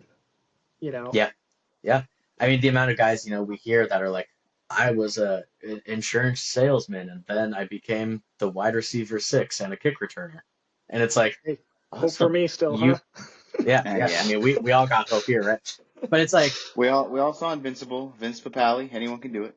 and it's like, those are the types of guys that need the combine. And I wish those were the types of guys that got the combine invites, right? Yeah. Because you think about who's at the combine, it's basically just the top 100 picks. Rarely do you see these guys from small schools or, lesser known prospects. I mean, this year, he wasn't like a highly regarded prospect, but people forget Shador is not the only Deion Sanders child coming out in this draft. Shiloh is coming out as well. The actual, Sanders prodigy, the defensive back. He didn't even get invited to the combine. Like, to me, that's crazy. Like, you're talking about a guy who has notoriety and has all this stuff, and yet he can't even get into the combine because they're just trying to fill it with stars so they can, sell it to the media, whatever they want. We don't need to get into the greed of sports right now, but like, it does feel like it's kind of a big talent show that's very like performative. And, the number one thing I think too when it comes to like how useless the physical part of the combine it's actually an NBA reference or example, but dude, Kevin Durant, they make these dudes do like the bench press at the NBA combine. He did zero. He got there and tried to lift the bar and he couldn't. Like, and because of that, would that bring his draft stock down? Would that make him a worse player? No, he's considered one of the best scorers of all time, right? Like you just have Allen to watch Iverson him. famously would not lift weights at practice because I believe his Mhm. quote was, "That shit's heavy." You don't have It, basketball. I it, mean, you don't need it, but yeah, but the point being, right, is like you don't need to watch someone work out to know if they're a good football player. If right. they're a good football player and they love working out, awesome, right? There are players who have made a name for themselves through working out, like Aaron Donald and like people like that, where it's like that work ethic actually proved to be the difference for them.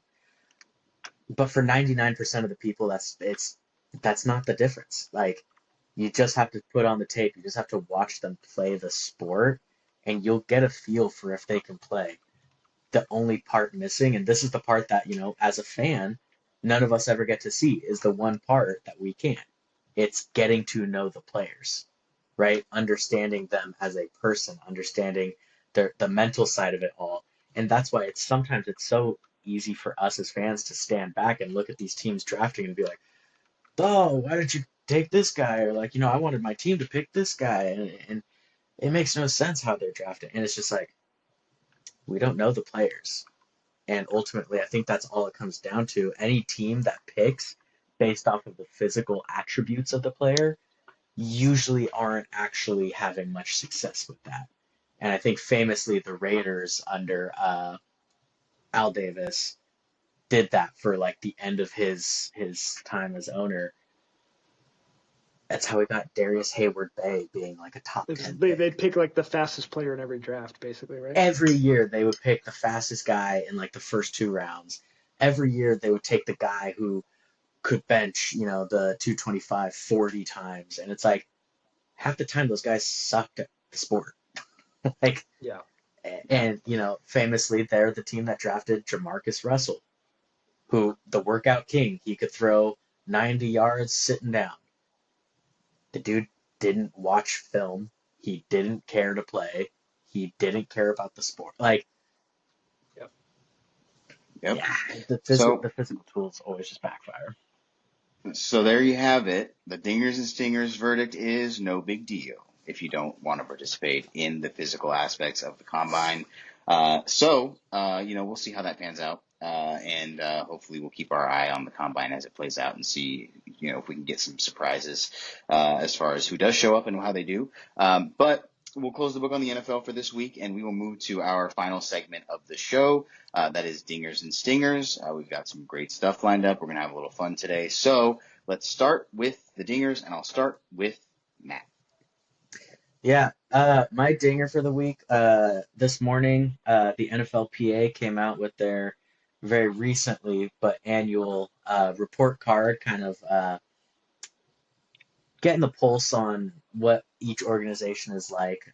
They get broken down into a couple different categories. For example, that you get graded on the treatment of families, the food and dining rooms, nutritionists and dietitians, locker room, training staff, weight room, your strength coaches, your travel, your head coach, and your ownership. Um, and I was very happy to see that the Rams got a grade of A for the coach because I love Sean McVay, and sometimes I think all the hype he got early on kind of overshadows how good of a coach he still is. Um, and he never seems to be in these conversations for coach of the year. He never seems to be talked about. Everyone's like, "Oh yeah, he's a great offensive coach." Dude's just a great coach, like in general. Players love him. His teams win football games, and so I like when Sean McVay can get a little bit of respect. Nice. Yeah, beautiful thing. I love those report cards. I love Hmm. reading through them. It's always fun. See how players talk when they can talk anonymously, Hmm. All right, so Drew's dinger for the week. Let's hear it. Yeah, my dinger of the week. It kind of was like it's funny. It's pretty massive news in the baseball world, and it's the Yankees are relaxing their facial hair policy. So for years it was like George Steinbrenner back in the 70s didn't like how scraggly the team looked. So he made a rule you had to keep your hair, it wasn't allowed to be long enough to fall on your neck. And then you could not have a beard at all. You could have a well kept mustache or you could be clean shaven. That rule was still in effect all the way until like a week ago. And it has been, you know, laughable for many years. It's only been really challenged like a couple times, which is crazy to me. Like Don Mattingly, I guess, had some beef about it back in the day, uh, and that's basically the only like real notable time that it was challenged. Every year we see some guy who got traded or signed with the Yankees, and we see him clean shaven for the first time, and it's like, whoa, that's what that guy's face looks like.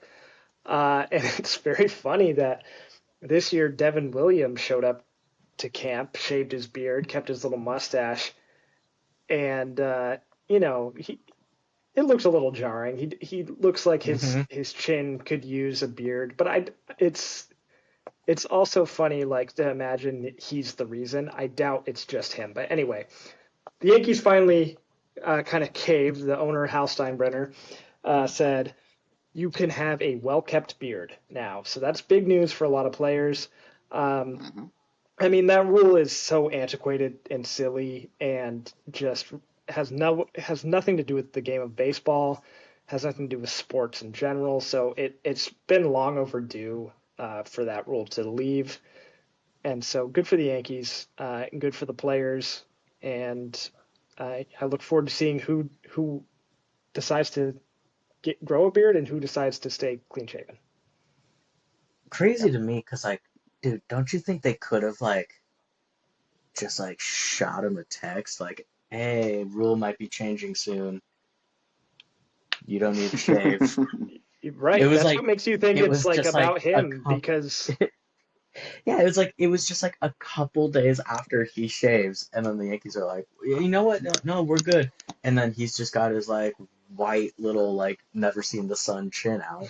It's just like you couldn't have you know told him that. I think the most jarring one I can remember was Andrew McCutcheon got traded there for a half a Mhm. season, and it was like, whoa, that's not Andrew McCutcheon.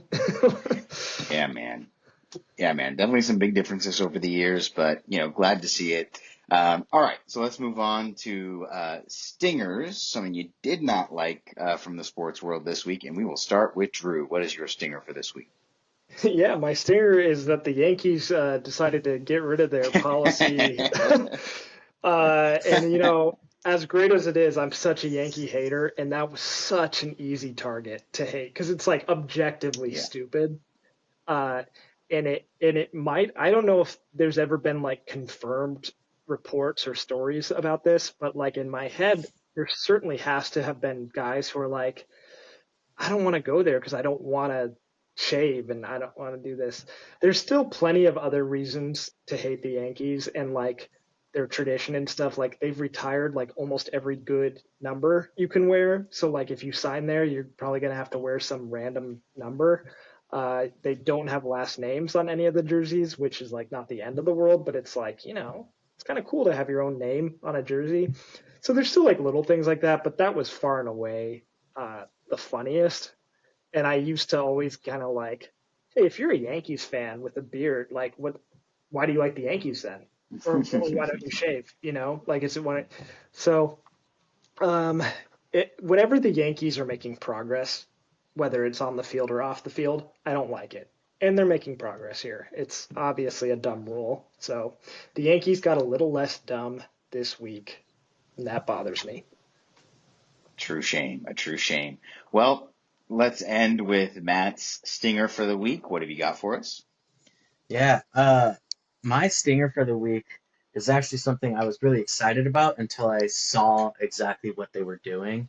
I mean, that's that the Packers are proposing rule changes to fix the tush push, and I am against tush push, not by the rules, but by kind of the vibe of it all.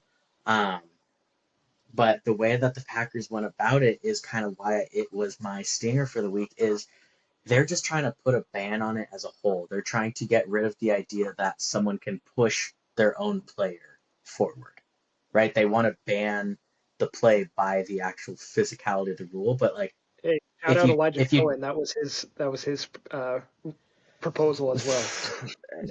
right, shout out Elijah Cohen for a lot of things, but you're wrong, and it's a dumb way to go about this. Um, like you take it to the logical extreme the other way, and it's like, okay, so we'll never see those like sick ass plays where a running back is like dragging the pile, and you see their linemen come in and start crashing forward, and like there's so many plays where it's like you're basically just telling players like probably just go down, stop trying to push it because if it's going to be penalized, or I don't know how exactly they'd enforce it, but it's like you're encouraging players to basically catch the ball and not try and keep going because there's the off chance someone could push you.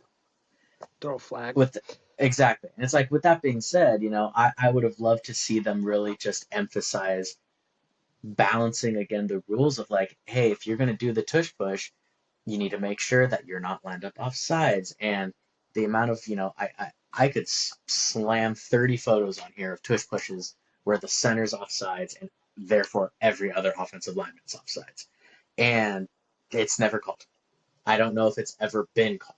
That'd be an interesting thing to look up. But it's just, it bums me out that that's what we're going to do because then inevitably it's going to go to the meetings and everyone's going to be like, no, that's stupid because that's a stupid idea of how to fix it.